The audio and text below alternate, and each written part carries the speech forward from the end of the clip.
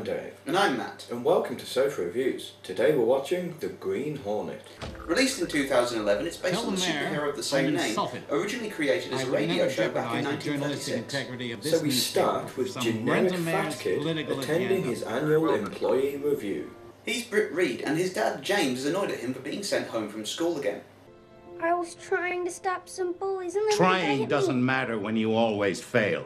Ha, kid, you suck. For no particular reason, he rips the head off Britt's favourite toy, and then we cut to 20 years later. Here we're introduced to the villain of the film, Chudnovsky. He's at a club to explain that he's in charge of all the crime in Los Angeles. The fact that you assume that you can open this establishment without my permission, without payment, and sell narcotics out of it is completely unacceptable. Of course, the guy behind the desk decides to illustrate what an ignorant, arrogant prick he is, which is why it's nice to watch him die. Chudnovsky? Alright. Chudnovsky, kiss my ass. He tells Chudnovsky that he's too old and needs to step aside for the better-dressed younger people. This is what you need to get to the top today. Well, I guess it's time for a retort. No.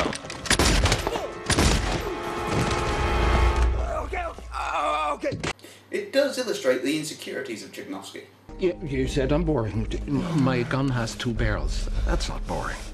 Having finished their little chat, he blows up the club, and so we then cut to see Britt Reed. We see him trashing a hotel room and getting drunk and partying before heading home. Making sure to move from car to distract from his inability to get an erection. The next morning his dad moans at him for wasting his life and getting into the newspaper. Well, I guess there's no way he could know how to deal with the media when his dad owns a newspaper company. Immediately after this we find out that his dad has died from a bee sting. Goodbye, character we never had enough time to care about. Britt generally seems disconnected and doesn't seem interested in other people or running his dad's business. Until he wakes up the next morning to find that his coffee is awful. Will someone explain to me why I'm the worst day of my life? My coffee tastes like shit! Your coffee is normally made by Cato. Who the hell is that? He works on your father's cars and makes his coffee. You fired him and everyone else who works for your father yesterday. It's a bit harsh that he fired all of his dad's staff immediately after he dies. It also doesn't explain why exposition maid is there, especially as we never see her again. Anyway, we meet Cato, who shows Britt how to make coffee. They spend some time getting to know each other before Cato shows off the car that he built. After getting drunk together, they decide to steal an idea from The Simpsons. After cutting the head off his dad's statue, he spots a couple being attacked by a gang. He does at least stand up to the gang, causing them to chase after him instead. Oh shit! I made a mistake! Luckily, Cato spots them and turns out to be a badass, stylishly beating up all of them.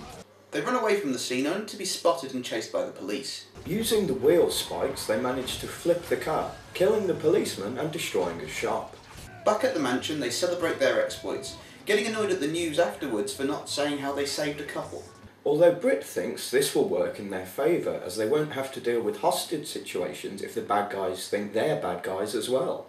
The next day, Britt decides to use his newspaper company to spread the word about his adventures. This man is called the Green Bee. After Britt's useless suggestion, Cato eventually comes up with the idea of naming the culprit the Green Hornet.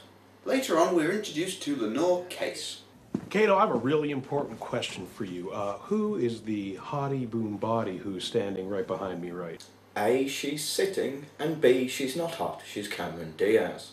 After talking for a bit, they realise that she has some knowledge in criminology.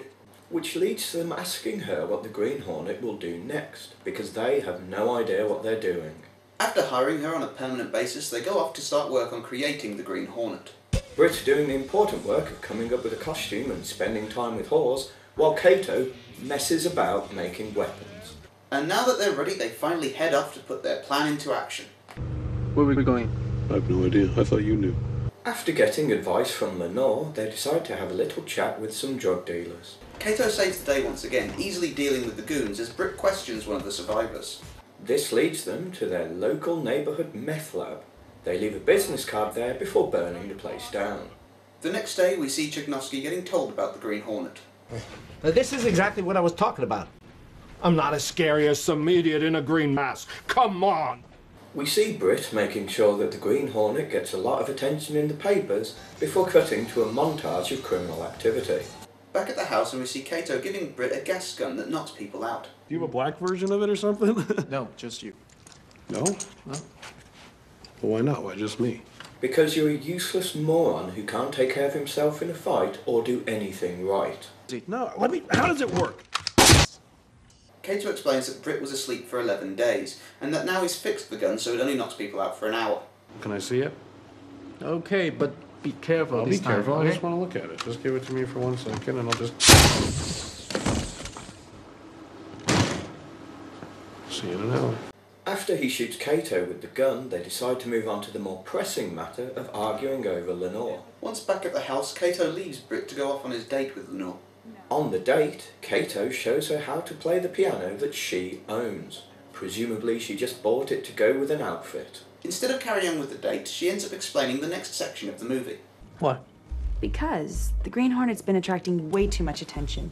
Whoever's in charge is going to get tired of it, call him in to try to make a deal with him, then kill him. Elsewhere, Chudnovsky is being told that the Hornet's activities mean other gangs want to be independent. Luckily, he quickly comes up with a solution. And I'll kill the Armenians to make me feel better. Wait! Ah! Well, we all have ways of cheering ourselves up. Chudnovsky asks the Green Hornet to meet up with him, but Britt is too jealous of Kato to actually form his plan together. The next day, they drive to the meeting only to be outwitted and knocked into a pit. They're buried alive until Kato uses the missiles in the car, blasting them free and killing one of Chudnovsky's goons. They get chased by goons and Chudnovsky eventually managing to escape with the added bonus of killing 2 innocent workmen. They make it back to the house only to argue about what happened. This leads to them having a fairly long fight scene where the main focus seems to be destroying the house. The fight finally ends with them falling into the pool, where it's revealed that one of the few things that Kato can't do is swim. After getting out of the pool, Kato goes off to a friendly greeting from Lenore. It's me, Kato. Meanwhile, Chudnovsky offers $1 million to anyone that can bring the Green Hornet to him. This leads to a delightful montage where thugs kill anyone who happens to be wearing green or owns a green car. While pretty silly, this does at least get the Green Hornet's attention. Britt feels pretty bad about what's happened and ends up discussing this with the DA, Frank Scanlon. Other people see the same incident, they interpret it as a small, isolated event. Yeah. I guess I could help you decide how these incidents are exposed. Surprisingly, Britt does reveal that he has some integrity, denying the bribe. Elsewhere, we get to see the culmination of Chudnovsky's midlife crisis, including the casual execution of one of his henchmen, which is at least more creative than buying a sports car. And then we cut to Britt getting beaten up by Lenore, eventually convincing her to investigate the DA. Finally, Kato talks with Chudnovsky while Britt talks with the DA. The DA arranges to meet with Britt while Chudnovsky offers Kato $1 million to kill Britt. They all meet at a restaurant, Kato punching a guy through a window to demonstrate his skills. As Britt is quite stupid, he gets the DA to spell out exactly what he wants. Scanlon, you saying you want me to let you write the news? Finally, you understand. Of course, his ego gets in the way of an otherwise cunning plan. Here's what I understand. That you, son, just got played by a player. Recording device. USB. No, you can't have it. It's mine. Unfortunately for Britt, Scanlon has an ace up his sleeve. How could it not do me good? Are you going to kill me in the middle of this restaurant? Yes. What, you're going to murder me? Yeah. Like I murdered your father. The revelation that Scanlon killed his father leads to one of the best bits in the film as Britt works out the conspiracy. I can see by that stupid expression you've had on your face for the past 5 minutes that you're trying to piece this together, but it's no good. You're about to be killed by the Green Hornet. Kato shows that he's unable to kill Britt, instead pointing his gun at Scanlon before goons show up and start shooting at them. They eventually manage to escape, ending up in an action-packed car chase towards the newspaper offices. They crash into the offices, landing on the printing press. Britt goes chasing after the USB stick that he dropped while Kato fights off the goons. This also leads to us seeing Chudnovsky in his Bloodnovsky costume. You're a Hornet. Be it my mask or your blood, red will be the last. which leads to another amusing bit as Scanlan spots the costume. You brought a gas mask? Of course I brought a gas mask! Just for yourself? After more running and fighting, Britt gets the USB before hopping back into the car. Because they need to get to a computer to upload the recording, they decide to take the elevator. They drive up with the front half of the car to Britt's computer, totally trashing the office as they do. As Kato takes on all of the goons, Britt discovers that he's still useless. Bludnowski manages to trap Kato under a desk while Scanlan tries to kill Britt. Britt throws the USB device off to the side, giving him a chance to save Kato. Britt finally has his hero moment as he offs several goons in the same method as Kato. Of course, he's still a clumsy idiot, but manages to cause enough of a distraction for Kato to escape. He brutally kills Bludnowski before the SWAT show up. To escape the SWAT team, they hop into the car and drive it out of a window, bumping into the DA on the way. Having an escape via an ejector seat, they listen to some classical music while they float onto Lenore. They show up at the house and so she attacks them. Once she realises who they are, she switches to Mace. Britt asks her to remove the bullet, but can't deal with the pain when she tries. The next day, Britt is giving a press statement when Kato shows up, pretending to shoot him so he can go to hospital for his bullet wound. This is actually taken from an episode of the 60s TV show, and they end the film by welding the head back onto his father's statue. And in conclusion, I really enjoyed this film. Wait, isn't that my line? No.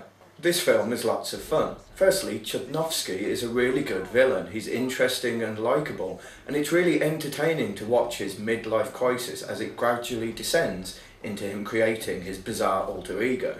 Yeah, he is entertaining, but the only problem is we don't get enough of him. He's bogged down by so much filler material, most of which comes from Lenore, who is entirely pointless. True, but thankfully most of the film focuses on Britt and Kato, Kato being a complete badass, and Britt being likeable despite the fact that he's an idiot.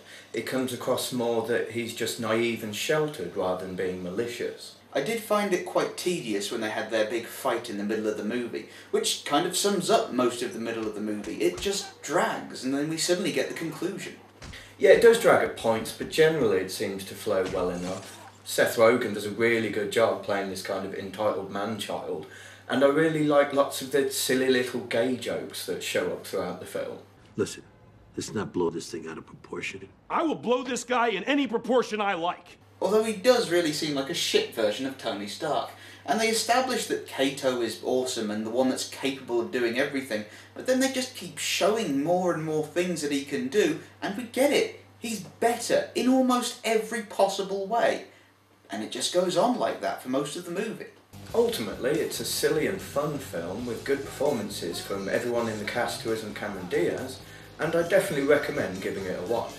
Ultimately, it's just an overlong film that uses the same two jokes over and over and just wastes your time. I can't really recommend it. I got 3 words for you. Suck it, you dick face! Look,